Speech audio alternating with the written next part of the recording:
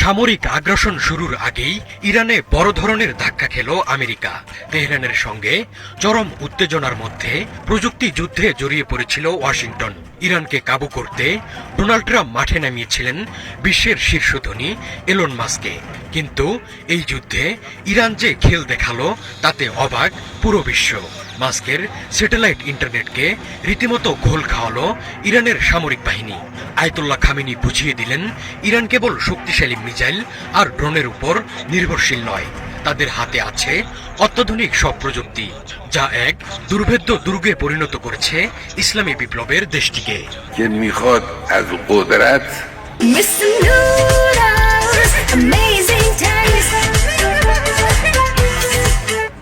ইরানে চলমান বিক্ষোভের শুরু থেকেই এক গুরুত্বপূর্ণ ভূমিকা পালন করে আসছিল সামাজিক মাধ্যম। বিক্ষোভ চরম আকার ধারণ করলে দেশজুড়ে ইন্টারনেট ব্ল্যাকআউট জারি করে ইরান সরকার।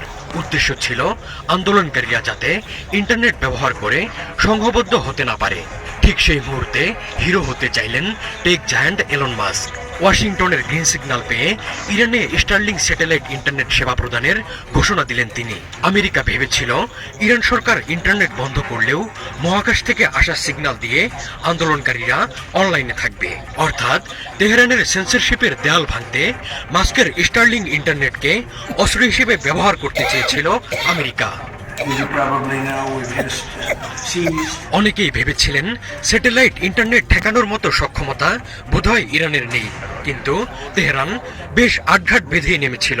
তারা কেবল ফিজিক্যাল ইন্টারনেট বা ব্রডব্যান্ড বন্ধ করেই ক্ষান্ত হয়নি, বরং স্টারলিংকে অচল করে দিয়ে চমক দেখিয়েছে। ইরান উন্নত মানের ইলেকট্রনিক ওয়্যারফেয়ার ব্যবহার করে নির্দিষ্ট এলাকায় স্টারলিংকের ফ্রিকোয়েন্সি জ্যাম করে দেয়। ফলে স্যাটেলাইট মাথার উপরে থাকলেও টার্মিনালগুলো সিগন্যাল রিসিভ করতে পারছিল না।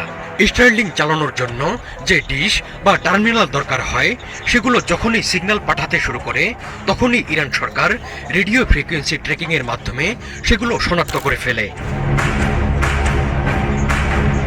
ইরানের এই পারদর্শিতায় ব্যবহারকারীরা তো বটেই, ভরকে যায় খোদ আমেরিকাও। মাস্কের স্টারলিং স্যাটেলাইট অচল করে দেওয়ায় বিক্ষোভকারীরা ততটা সংঘবদ্ধ হতে পারেনি।